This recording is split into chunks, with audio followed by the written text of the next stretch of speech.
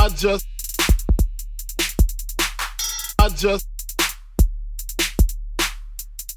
speak my peace, keep my peace.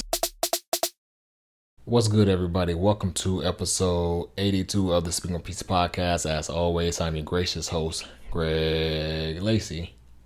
Like we always do about this time, I hope that this episode is reaching you all in good health. Hope that you all are still preserving your health, whether that's mental, physical, spiritual, whatever the case may be, and taking the proper precautions to not negatively affect your loved ones and those who are around you, because we know how important that is right now. Welcome to the Speak on Peace podcast. For my first time listeners, welcome back. If this is not your first time, share the podcast. I can't stress enough how important that is. Share it on your socials, share it within your group chats, share it wherever you can. Share it. I definitely will appreciate it. Even if you don't, I appreciate you tuning into the Speak on Peace podcast and listening to me vent or rant on topics that I feel that are important to me and people like me, because that's definitely important. With that being said, I do want to send my well wishes to everybody that in America that's currently going through these severe winter storms in the Midwest, the down south, and the Northeast, because what I've been seeing on the news and on social media is definitely something that I've never seen before, especially like what's going down in Texas. And I know a huge part of my listenership for this podcast does come from Texas. I know every single week. I don't know who it is, because I know a lot of people in Texas, but I don't know anyone in Richardson, Texas specifically. But there's somebody who continues to tune in to this Speak on Peace podcast every week in Richardson, Texas. So I want to say a huge shout out to Richardson, Texas. But I do also want to again extend my well wishes to everyone as they are currently going through the severe winter storms all across the country, because these images that I'm seeing on social media, these conditions that I'm seeing on social media, is definitely something that's hard to withstand, especially when you think about the power outages that the people in Texas and Alabama are going through as a result of the current state of these winter storms. Is something that no one wants to live through. So again, my well wishes to you all. Hope the conditions improve. Hope that you all are okay. And yeah, man, that's really all I had on that. But again, well wishes to everyone that's going through the severe winter storms. Now, to get into this podcast, you all know that I like to be transparent when I'm wrong about things. I like to come in here and clean up my bad takes, and I like to double back on things that I may have said and I didn't agree with. And one of those things would be, I don't know what episode it was, but I remember during the death of Nipsey Hussle, when we lost Nipsey Hussle, I came here and I recorded a podcast, and I was just speaking about everyone jumping to conclusions about, the government being behind it, the person who killed Nipsey Hussle being hired by the government and things like that. And I'm still in the mind state. I'm not backtracking what I said in regards to the person that killed him, not being involved with the FBI and it being some other just jealous mental type of things that was going on. I'm still of the mind state of that. But again, as I always say when we cover celebrity deaths or deaths period, that I'm not the type of person that's going to get into gossiping about someone who I know or don't know. I'm not going to get into the gossiping of someone death, because there's a family grieving the loss of their loved one. And so that's not what I'm going to do here. But what I did have to do is walk back my statements on just everybody speculating the government being involved. I feel like that take was naive. I do believe that a lot when we hear of deaths of celebrities. People do get to speculating. People do get to spreading rumors and gossiping about the cause of death and things like that. And I've never been one to partake in things like that. I always thought it was weird that people are obsessed to have to know the answer to the demise of someone. I feel like that obsession is very weird. But I'd be remiss if I didn't come in here and take back my take about how I felt about people just jumping to the conclusion of the government being involved. And the reason why I had to come back here and take it is because of the main topic of this episode is just my review for and my takeaways from Judas and the Black Messiah, the movie that just released on HBO Max this past week. I came to the conclusion after watching that movie, and it was a very good movie. If you haven't watched it, definitely go watch it. That was my what to watch for episode 81. But after watching that movie, I came to the conclusion that I was very wrong in my take about that. And the reason why I believe that, first of all right, I'm gonna get into that. This whole episode is gonna tie in together, so you all bear with me, because I can't just give that away first 5 minutes of the episode and you hear the reason why I feel like I was wrong, and then y'all just don't tune in. So stick with me. We're gonna get through it. We're gonna get through this episode. I'm gonna reveal how me taking back how I felt about people jumping to conclusions then, and how I feel about it now. I'm definitely gonna cover that all. So just bear with me. Again, this episode will come in full circle. But again, as I said last week, when I was covering the release of Judas and the Black Messiah, I said it was going to be a big moment because a lot of people are learning about Fred Hampton for the first time. A lot of people are really hearing about a Black Panther for the first time, not being related to Marvel. And a lot of people are really hearing about, the ill dealings of the FBI and the government for the first time. And I welcome that. I'm glad, it's sad that a lot of people are hearing about it for the first time, but I'm not the type of person that's going to shame people for it taking so long to find out about something, because it's not really about how long it takes you to find out about something. It's whether you find out about it or not. And so I'm glad that on a mainstream platform that the story of Fred Hampton is being told. Not really the story, but the story of the assassination of Fred Hampton being told. I still think that there should be another platform extending beyond this to where the entire story of Fred Hampton should be told. But I'm pretty sure like in due time that will come. But for the time being, covering, the latter years of his life, that being covered and shown on a big screen and being showed in a huge platform, I feel like that's great enough. My review for the movie was great. I think if I had to rate it, I'm not even gonna rate it because it's not worth. Because if I don't do it justice with the rating, it's gonna seem like I'm critiquing it. If I do it too much justice, people are going to say, I already went in with my made up, so I'm not gonna rate it. But in my opinion, it was a great movie. Was it the greatest movie in the world? No, that doesn't mean it was a bad movie. Is it my favorite movie? Not yet. It's too early to judge it, but it was a great movie. I think Daniel, and I hope I'm not butchering his name, but Daniel Kaluuya, he portrayed Fred Hampton perfectly. Lakeith Stanfield, he tapped into that role of Bill O'Neill. I don't know Bill O'Neill. I don't know anything about Bill O'Neill, but I can just imagine the mind state of having to play someone who betrayed the Black Panther Party and betrayed Fred Hampton. The mind state of someone who can do something like that. I feel like Lakeith Stanfield definitely portrayed that very well. So those were the main two characters. Fred Hampton's wife, I forget her name, and I'm definitely mad that I did not keep this on top of my head as I was recording this podcast, because I know she changed her name, and I don't know why I can't remember her name, but the actor who played her, I also don't know her name, but she played that role well as well. It was just a brilliant display of acting all around. I don't feel like nobody did a better job, from the main actor to the supporting cast to the extras. I felt like it perfectly captured what I imagined that time to be like. Just with the emergence of a young Black Panther Party in Chicago, the emergence of the Black Panther Party period, the pressure the Black Panther Party is putting on the world and things like that. I felt like that was a perfect portrayal for someone who was born when I was born, which was decades later after Fred Hampton was murdered. I felt like in my mind, what I think of that time to be, when I think of what he was going through, it was perfectly displayed. And I gotta stop using perfect, because now it seems like I'm giving a review of just the greatest movie in the world, and so I'm just going to stop using that word, just so I don't want to lead people astray. You get to the movie, you go to the movie, and you have these high expectations just based on my review. And you all know that I don't review music, I don't review movies or anything on this podcast for the sake of I'm just not going to do it.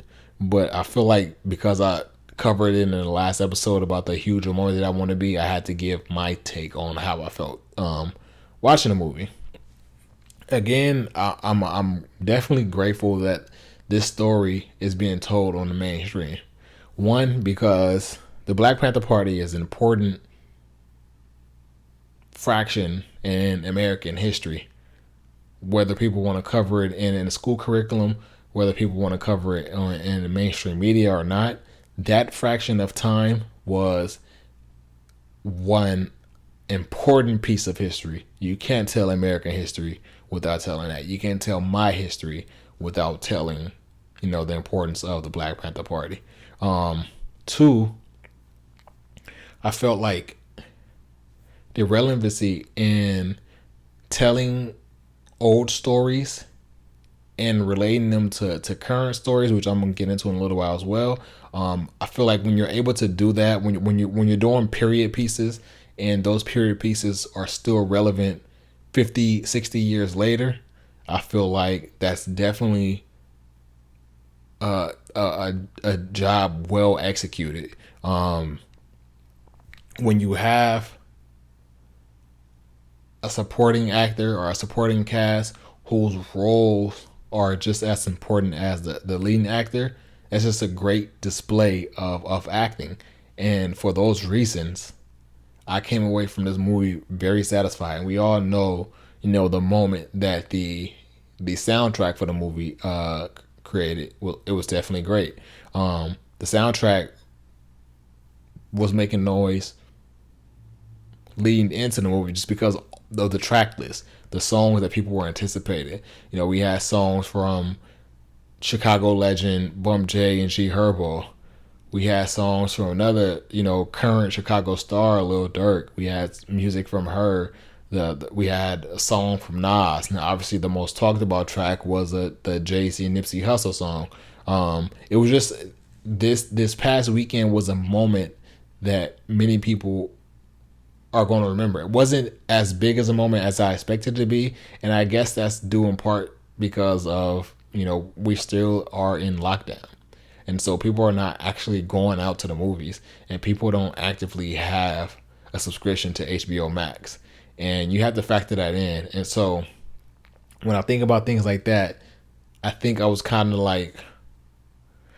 bummed. I don't use that word a lot, but I was kind of bummed that, this movie didn't cause the reaction across media as I expected it to do. But the movie was definitely great, and I think the best part about that is that when you have a great piece of work, it's timeless. So people may not catch it now. People may catch it in December. People may catch it in 2025. But at some point in time, people are going to catch this movie and the story, and it's going to create a moment. It's going to open a lot of eyes to a lot of people who missed it this first weekend. Because again, that happens when you have things like a streaming service exclusive in the HBO Max. I don't know how many people have HBO Max subscriptions. I know the reason why I have an HBO Max subscription is because I know someone who has a TV who still has cable TV. And because of their cable TV, they're able to, package in HBO Max. And as a result, I'm able to mooch off of them. But if they didn't have HBO Max and I wasn't able to mooch off of them, I don't know that I would have HBO Max. And so I had to factor that in about the things about subscriptions. Had to factor the case that, it released in select theaters, but not all theaters are open. Not all states are allowing people to go to movie theaters. And so the moment that I created in my head that I expected this weekend to be, it didn't happen. But I did see a lot of people, come away with great takes and great reviews for this movie. So, some people got it, but I think more people need to hear it, more people need to see it. And with that, I want to pause and all that. I want to give a huge shout out to Lakeith Stanfield. Now, not to make this personal because I don't know him personally, but Lakeith's, I don't know what his actual age is. I think like we're probably like within like 3 or 4 years age range. But we went to high school in the same city. And again, I don't know him. I know people who personally know him. But I remember years ago, it may have been like my senior year of high school, I got a friend request from him on Facebook. And I think I'm still friends with him on Facebook. But I remember many of those years just like not really knowing him, but being friends with him on Facebook and just thinking like, this is like some weird kid. And then I remember, years go by, and then I see him in The Purge. And then I see him in Selma. And then I see him in Straight Outta Compton. I see him in the movie Dope. I see him in Get Out. I see him in Crown Heights and Uncut Gems. Like this kid, I'm not gonna say kid because again he's older than me. But he's definitely one of those actors people should pay attention to because low key he's making a name for himself. Like in the roles that he's playing, how he's playing the roles, The Photograph was another great movie that I saw recently with him in. But it's how he's executing these roles. It shouldn't go unmentioned. Atlanta as well, one of my favorite current TV shows. Even though it's not on right now, I can't wait for it to come back. But the roles that he's played and how he executed them, it should not go unnoticed. Like this role he played with this guy Bill O'Neill, it was great. Again, I don't know Bill O'Neill personally, but you can just imagine the mind state of someone being in that type of situation. And whatever I imagined that to be like, he portrayed that in this character. Just like the fidgetiness in certain situations, the constant, back and forth mental battles that he's going through with himself, the depression, I don't want to say closed-mindedness, but I guess it's like the disassociativeness, if that's a word. I don't know if I just created a word, but just him being a part of something but also being disassociated with. Like I don't know how you physically portray that, but he did that in this role that he captured for Bill O'Neill, and he just did an excellent job. And the reason why I just wanted to spotlight that, aside from us going to the high school in the same city, him going to Marava High School, is because that's a city that not much comes from it. Like I don't know if it's any like stars as far as like TV stars, entertainers, or athletes and things like that. I don't know too many that come from out of that city. Like that's a city of literally just nothing but dirt.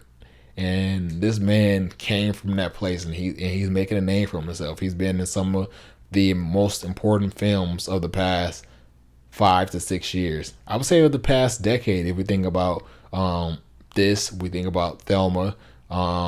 We think about, I ain't gonna say The Photograph is one of the most important, but it's one of the best films in the past couple years. But just think about the roles he portrayed and the roles that he's strategically been placed in. Like he's making a name for himself as one of the better actors of our generation, and that evolution is definitely something great to see. Like I remember him being in The Purge and posting about it on Facebook, and me seeing him again, me not knowing him, but I'm friends with him on Facebook. Me seeing him post about him being excited because he's in the movie, and his role in The Purge wasn't that big. He was that guy that was wearing a mask. I think it's like that famous picture of the guy standing in the middle of the street waving, wearing a mask. I think like in an ice cream truck or something like that. I remember him posting about that. And like a lot of people like congratulated him and things like that. But it wasn't really that big because The Purge wasn't that big of a movie, and he didn't have that big of a role. And then a couple years later, Selma comes out, and we remember the moment that Selma created for us, and him playing a role in Selma, and just like he's getting this evolution of more important roles and also more important films that he's been featured in. And then just seeing that continuous evolution, and then to see him in other movies and to see him in shows like Atlanta, that evolution is definitely something great to watch. I know people who know him personally are probably definitely ecstatic to see that. But me being someone on the outside looking in and seeing that evolution from the purge to where he is now is definitely something that shouldn't go unnoticed, and it should serve as an inspiration for many people. But you don't have to have any you don't have to have any personal connection to this man. I don't, as I continue to say, but just seeing something like that and knowing the background, I don't know this background, but knowing the city he comes from, I know that is not a lot of inspiration. I know that is not a lot of opportunities, and this man got out there and he made one for himself, and that again should never go unnoticed with things like this. So huge shout out to Lakeith Stanfield, just for his evolution. Another takeaway from his movie that I spoke about was just the relevancy in a movie. And what I mean by relevancy is just the story of Fred Hampton is a story that we've seen many a times. Most recently, we just seen this story happen almost 365 days ago. And for those of you who don't know, what I'm referring to is the Breonna Taylor story. I'm going to give you all like 5 seconds to try to draw your own connections to it, and then I'm going to explain why I believe a connection to it. But there is definitely a connection to Fred Hampton and Breonna Taylor.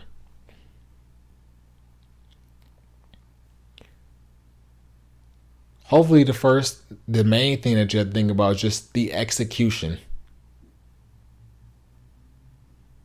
They both were executed in their homes. They were awakened out of their sleeps. They were awakened out of their sleep by some form of law enforcement and had their lives taken. Unfortunately, I'm not sure if Fred Hampton ever woke up, because I know he got drugged, and it was a drug that put him to sleep. And one of the main reasons why he got shot is because he either couldn't move or he didn't move while he was in the bed. But same thing happened when Breonna Taylor's life was taken. You know, there was a illegal raid performed at her house, and they came in guns blazing, and she was killed in her home. Same exact thing with Fred Hampton. There was an illegal warrant in the home that he was laying in. He was already drugged. He was drugged so that the raid can be carried out with no defense, or he couldn't escape. And this raid was carried out, and his life was taken. As a result, there was someone in there who tried to defend their life and the life for people they may care about in their house. And it's the same thing that happened in Louisville with Breonna Taylor. Her boyfriend tried to protect his life and the life of his girlfriend. Unfortunately, you know, he only protected his life. I'm not gonna say unfortunately, because it's definitely great that man is still alive, but he wasn't able to preserve the life of his girlfriend. Same thing happened with Fred Hampton. He had bodyguards. He had people, armed men in his home, and unfortunately, they weren't able to preserve his life. And there was another person's life who was taken as well. We think about the aftermath of it. Everyone in the house where Fred Hampton was assassinated was arrested for attempted murder. Apparently, they tried to take the life of the people who entered in this home, opening fire. Same thing happened to Breonna Taylor. Boyfriend didn't know what was going on. He thought someone was trying to break in the house and harm them, so he protected himself. And as a result, he was arrested for trying to take the life of these police officers, these pigs who were performing this illegal search or this illegal raid. For those of you who don't know too much about the aftermath of the Fred Hampton case, everyone who was arrested, they were tried for attempted murder. I think it was manslaughter as well. It was a bunch of other stuff, a bunch of charges they tried to pile on them. None of them were arrested. Everyone got let go because obviously they were bogus charges. But another important thing is that there was a special investigation that was performed as a result of this to try to figure out, whether or not, there was actually, attempted murder on these people who entered in his house and took the life or assassinated Fred Hampton. And the results of this investigation found out that there were 99 bullets fired at the residents in this home this night, and there was only one bullet returned. So there was 100 bullets fired that night, and only one bullet got off in defense of the many people in that home. Yet everyone in that home was arrested on attempted murder. Same thing happened to Breonna Taylor. The boyfriend thought that someone was trying to burst into their home and cause harm to them, so he protected himself. Come to find out, none of the bullets he fired pierced anyone. None of the bullets he fired harmed anyone. However, there was many bullets, obviously the fatal bullets that took the life of Breonna Taylor. There were bullets that entered in the homes of the neighbors. There were bullets that, caused damage to the area outside of the apartment and things like that. Yet they arrested this man for attempted murder. And that just tells you how corrupt these systems are. Whether it's the pigs, whether it's the feds, whatever the case may be. Anything government funded, anything government ran, anything associated or tied to the government is crooked. And I'm sorry to say that as a veteran. This stuff is crooked. This country is crooked. The people who run these things are crooked. Which ties back to the first thing I opened up this podcast with me taking back my statement about people believing, Nipsey Hussle to be a government job. Again, I don't believe that to have been a government job, but I can understand how someone may think that. Just thinking about the history of this country, thinking about the leaders of my black people, the outspoken, the well-orated leaders of black people, and thinking about their demise. A lot of times, many a times, these people were murdered, assassinated, and it had some dealings to do with some type of government entity. And so I understand why people can run to those conclusions of believing someone like Nipsey Hussle was murdered by, the government or pigs, or it was set up by the government or pigs to be murdered, because we've seen this episode play out time and time again in our culture, to where there's a very positive figure amongst our people gaining a lot of traction and a lot of following for our people, and as a result, they have to pay the ultimate price. We've seen it time and time again, and so this is why I say to my people, this is why it's very important to be well. I know the saying is, nothing is more deadlier than a well-educated black man or woman. That's true. This is why we have to continue to do our research. This is why we have to continue to sharpen our minds, because we see the threat that we possess when we arm ourselves with knowledge. Not anything physical, not anything harmful, literally knowledge.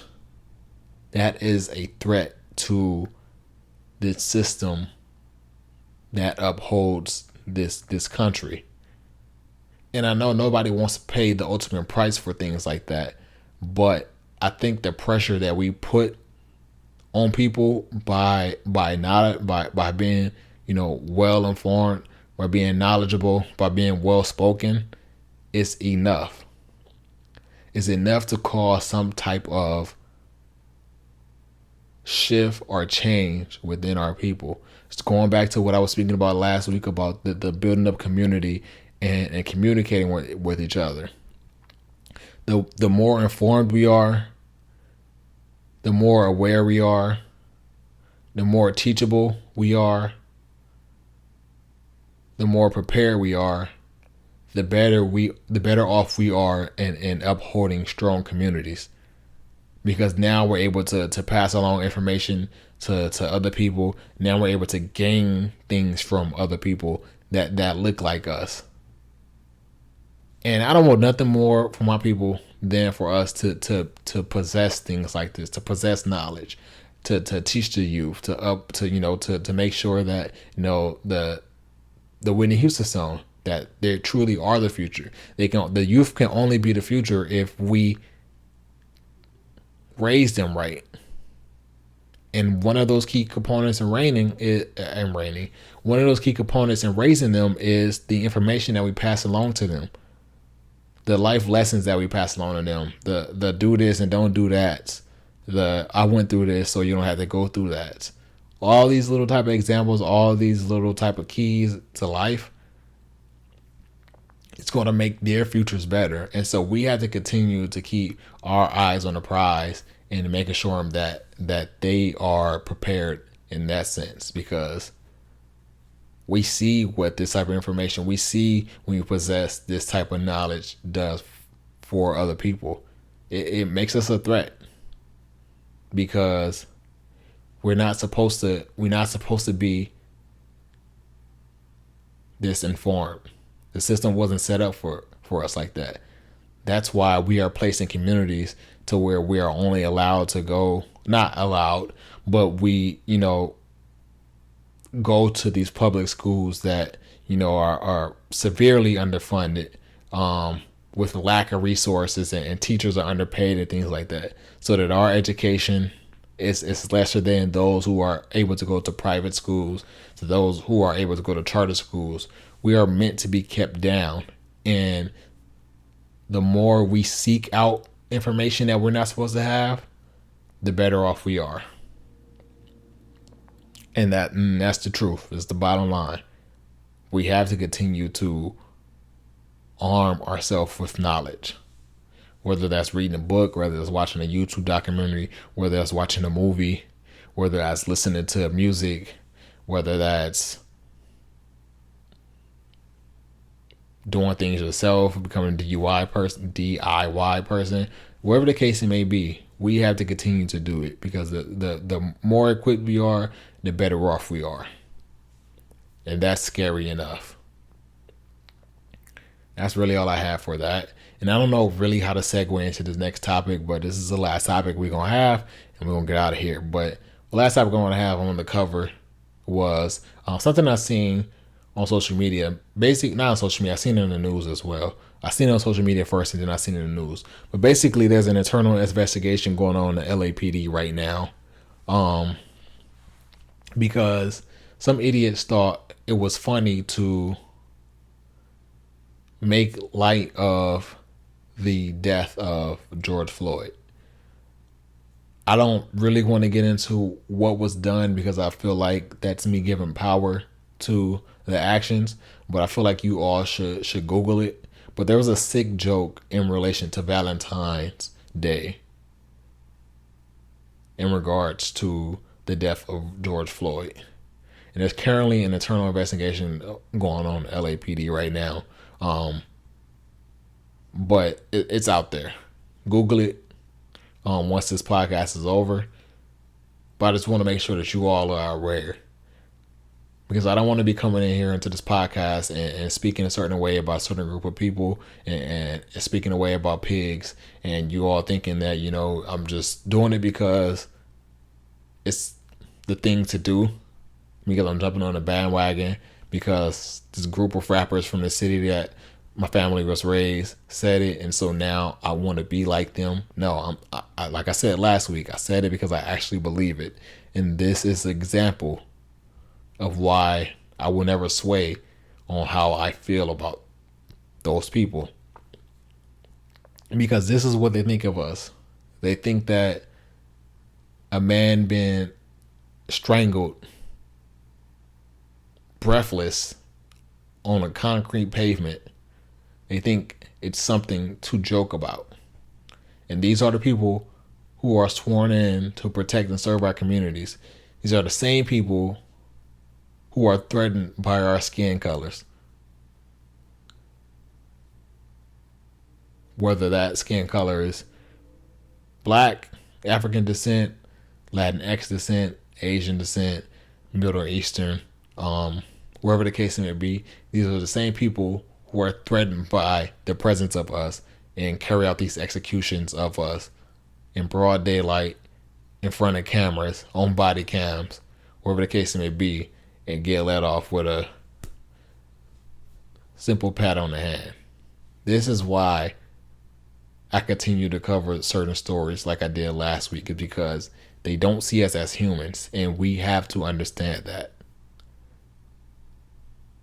This is why statements like defund the police and movements about defunding the police are so prevalent, because we don't need it. We are investing so much money of our hard-earned dollars into these people who don't give a damn about us. And how are they rewarded? New cars, new equipment, new guns, renovations to stations, salary raises. At what price? At our life. And that's all I have for the Speak My Peace podcast this week. Before we get out of here, my what to watch for this week is Sylvie's Love Story on Amazon. If you have Amazon Prime, it's free. Once again, my what to watch for this week is Sylvie's Love Story on Amazon. My best kept secret for this week, we're going to go with For Violet by Arlo Parks. Once again, my best kept secret for this week is For Violet by Arlo Parks. Thank you all for tuning in to the Speak My Peace podcast. Make sure you are rating, subscribing, and commenting, whether you're listening on Apple Podcasts, Google Podcasts, Spotify, SoundCloud, Stitcher, wherever the case may be. Subscribe, share, comment, wherever the case may be. I appreciate it all. I can't express enough how thankful I am of it. Hope that you all take care of yourselves. Everyone going through this winter storm. Again, my well wishes are out to all of you. And that's the Speak My Peace podcast this week. I'm out.